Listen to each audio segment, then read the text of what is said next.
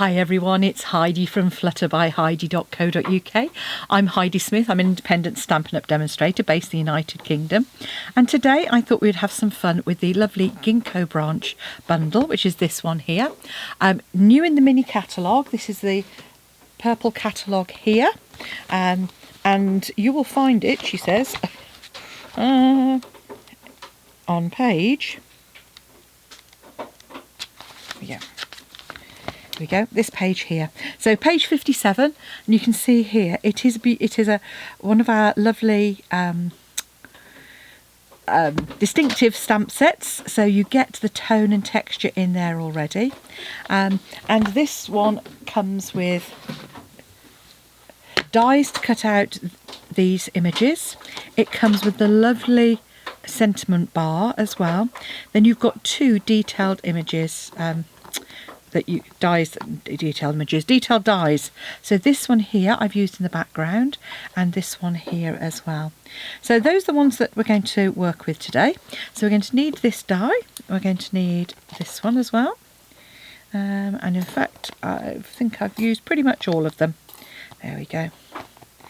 So let's get started. In fact, let's put those to one side.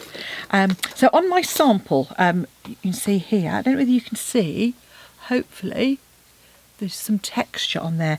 Now on this one I use the Time Worn Type embossing folder, which is this large one here, 6x6. So that's a lovely 3D one. And because the one I wanted to use on this one actually goes really well with this paper. It's the Painted Texture embossing folder. Again, it's a 3D one, and you can I think that's going to really enhance this paint effect that we're going to have here. So that's the folder I'm going to use, and the DSP I've used here is the reverse of one of these. So this is the Fancy Flora DSP, and you can see lovely. They're all sort of I guess acrylics, maybe gouache, but real texture to it. And on the one hand you've got these beautiful textures, and then painted on the other. And a real range of colours, everything from kind of fresh freesia to Orchid Oasis. You've got some soft sea foam in there. You've also got Pool Party. We've got Soft Succulent and Balmy Blue. And then Mossy Meadow and Daffodil Delight. And then even down as deep as Night of Navy as well. You see there's a full colour palette there. Some Calypso Coral in there as well. And Petal Pink. Although Petal Pink isn't listed, that's obviously the lighter shades here. So you've got a real kind of mixture, and some of those are quite, you could use on masculine cards. They're not, not pretty, if you know what I mean. Well, I don't tend not to use pretty colours on masculine cards very, very often. Anyway, that's the paper I'm going to use, and so I've taken one of those sheets, which is this one here. And I haven't decided which side I'm going to use yet, so let's have a look. Let's think. I've created a card base already, and this is a standard half A4 card base. You can see here, so this one is 21 by 14.5 centimetres, scored at 10.5. So that's the card base. I've taken a layer of basic white, which is 14 by 10 centimetres. That's going to be for the inside. And then it's really about which, I think I was going to use possibly that one, but that being said, that's quite nice on there, isn't it? Let's cut it and see, shall we? See where we go. Do you know what? I think I'm going to go for this side. Yeah, let's go for that. So I'm going to cut this at 10 centimetres. Like so, and by 14. And that gives us quite a nice piece to use on another project. So that's our cutting. So now I'm going to pop that through our Painted Texture embossing folder. Now, this one's great because it hasn't got any particular direction. You don't, and unlike the Time Worn Type where you want to make sure the writing is is nice and horizontal. This one you don't need to, so we haven't got a line on it. Just pop that through. Remember, this is a 3D folder, so double check your sandwich and make sure you never force it through. So now, as well as the colour, we've got lovely texture on there as well, which I think is going to be really great. I might even pop an extra layer on that looking at it now. Let's have a think. So I thought actually with that we might put some, they use a detailed dye in some smoky slate. So I've just got a piece of smoky slate here that I'm going to run through my die cutting machine to get a detailed dye. And I'm not going to use double-sided adhesive on this. I'm just going to put it through as it is. So there we go. And with the reason I'm not going to worry about using any adhesive sheet on this is because you've actually got these, as well as the die cut leaves, you've got these solid leaves which are embossed. So if you can see, these solid leaves, I'm going to actually add my adhesive behind those. And because it's a layer behind, it's not going to matter that we've actually got... Get my words straight. It's not going to matter that these pieces aren't glued down. In fact, I rather like the fact they're going to lift up slightly. Now, if you get any pieces left in there, if you've got either a piercing tool, or you can use the end of your take your pick tool. If that isn't to hand, or if you've got it with your embossing stuff in, if you just use a pin, those will get rid of it. And if it's actually in your die still, then what you do is take your the brush adapter and run it over the back, and that will get rid of any pieces that are left in there as well. So that's our layer. Now I'm just looking at it now thinking, do you know what, I might want to put an extra layer of card behind that just to bring that out.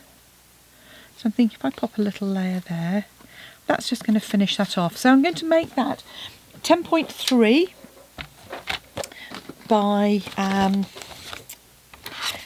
about 14.3. So I'm going to go for 10.3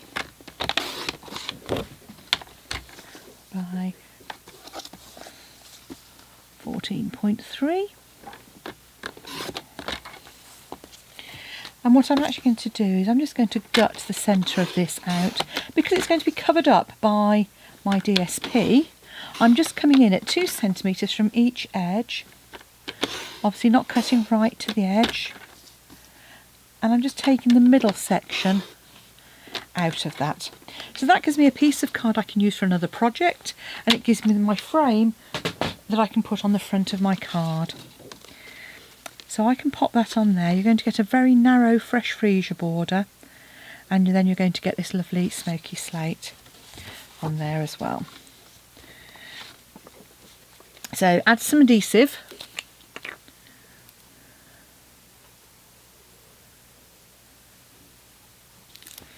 To that, and you could, if you wanted to, depending on how you're going to give this card, you could have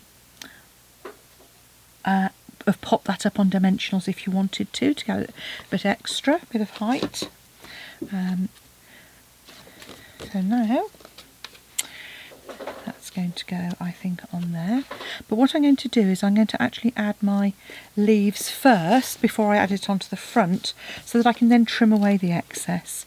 So I'm just adding some Tombow onto these leaves here. So all these sort of solid leaves are getting some Tombow onto them. And then I'm going to pop that like so. Just notice those little bits are still there. So just press down on those. And I've got another one here actually, which I'm going to trim and add as an extra layer as well. So which bits do I want? I think I'm going to come in here.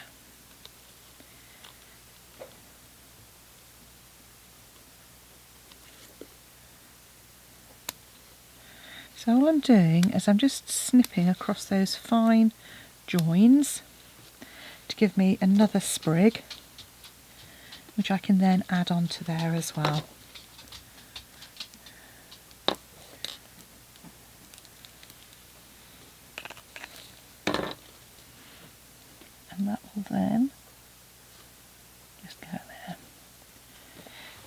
That's just adding to the texture.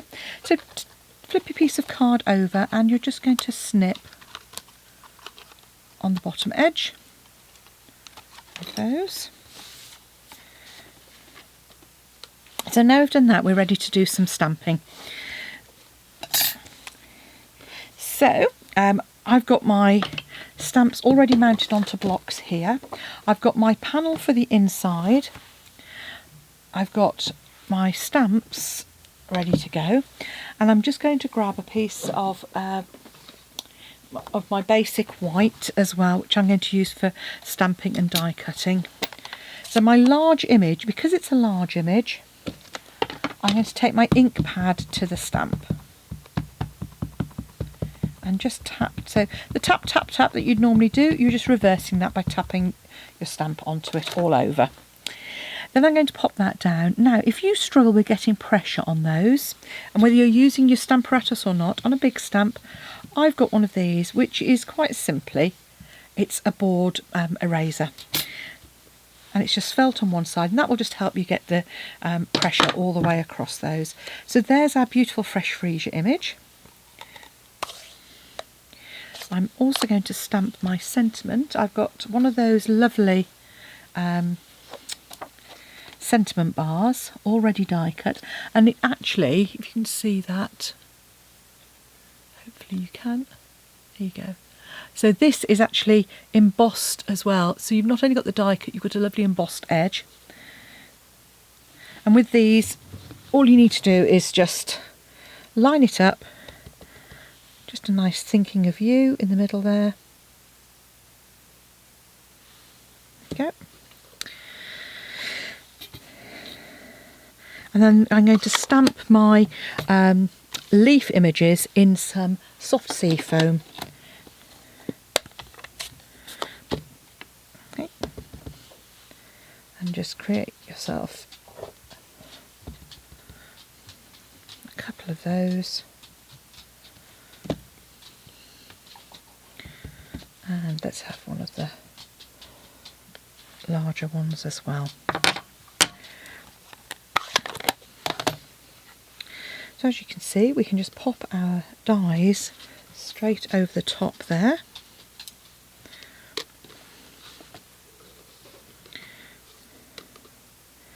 And with the, what I usually do is I line up the, usually the bottom of the stem and the top of a flower. So I'll look at the stem bundle here and the top of the flower that's kind of diagonally opposite, and then pop a piece of post-it note tape. And I usually try and make sure that that doesn't go over the image, just in case it catches. Do exactly the same for your smaller ones as well. So again, line up the stem at the bottom.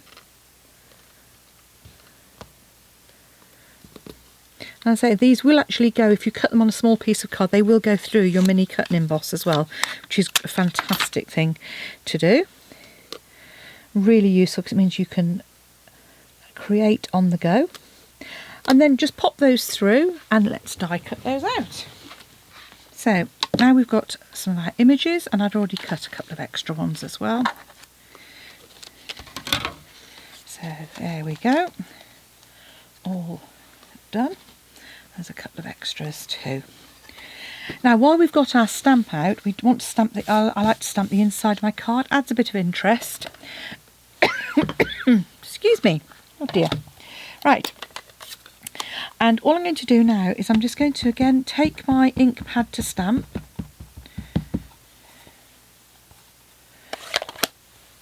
Grab a bit of scrap paper.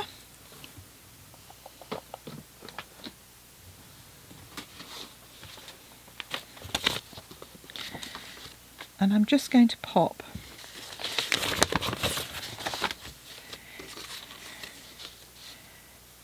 that down the left hand side there, just to match it up. And I'll probably do the same on the envelope with that as well. So now we've done that, we're ready to finish off the layers on our card. So we can add our, before we get too far, I want to add a bit of get a bit of substance to my card before I start pressing things down. So I'm actually going to add my DSP layer onto the front of my card. As I said, that little narrow border there is replicated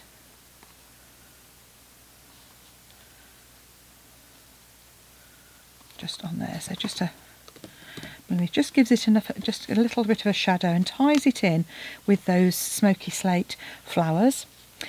These ones, because they are because they're large, again, it's really easy to add dimensionals onto the back of each of those kind of flower heads, so that it's really well supported and isn't going to squash down.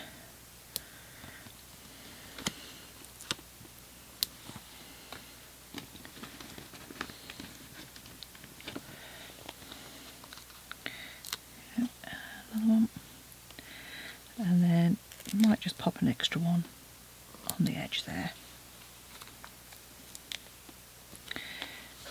Now before I put that in place, there we go, I'm actually going to pop that there, and I'm going to add my other leaves in, because I want to make sure that those are positioned how I want them to be. So again, a dimensional on the back there,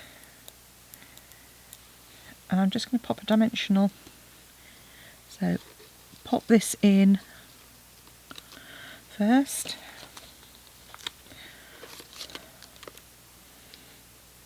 Made a mess of that. There we go.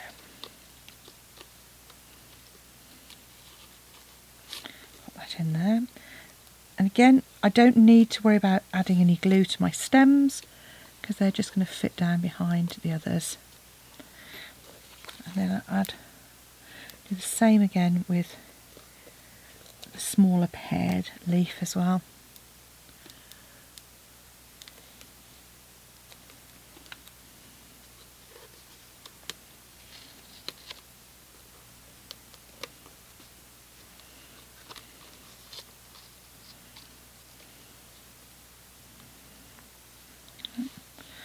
And I'm probably just going to pop one on that left hand side as well.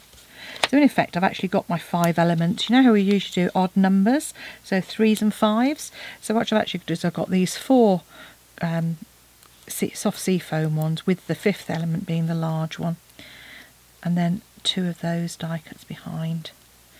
Okay, so now that those are in place, I can just come in, take off my backs on my dimensionals. I'm going to open up my card now, just so that I'm not pressing through too many layers. And come in, just popping that in the middle there.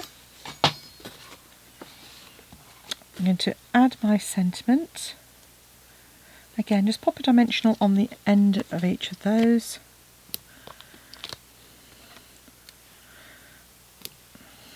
And you want some wet glue in the middle. The reason you don't want a dimensional is because obviously it's already lifted up, so you just want to think that wherever it touches, you want it to grab onto that branch.